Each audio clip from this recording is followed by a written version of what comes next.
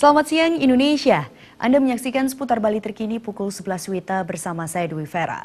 Dewasa ini, sampah seolah menjadi momok yang harus diperangi semua lapisan masyarakat.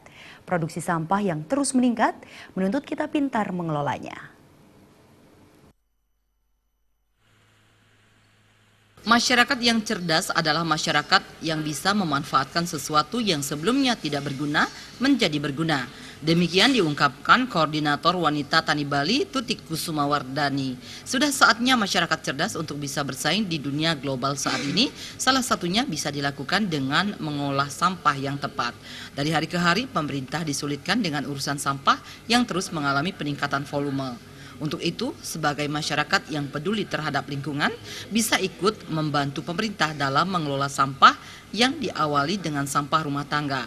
Para ibu bisa belajar menanamkan disiplin dengan memisahkan sampah organik dan non-organik.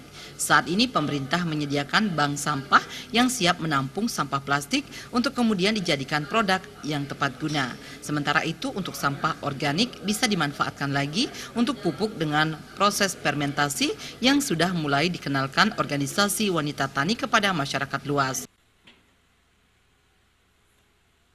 Waktu ngupas bawang, ngupas buah, itu kita kelompokkan menjadi sampah organiknya. Kemudian plastik pembungkusnya ini, kertas-kertasnya kita pisahkan. Jadi mulai dari itu.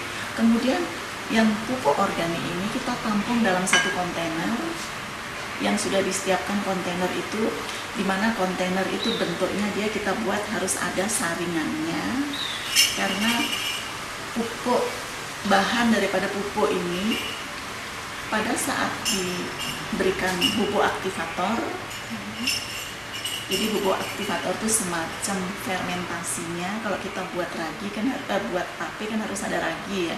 Nah kalau peragian ini peragian ini berproses, dia kan akan ada airnya kan.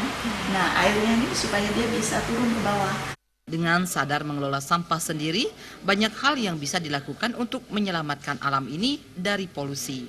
Pragnya Paramita, Bali TV. Sekian seputar Bali terkini kali ini. Terima kasih untuk perhatian Anda. Salam Indonesia.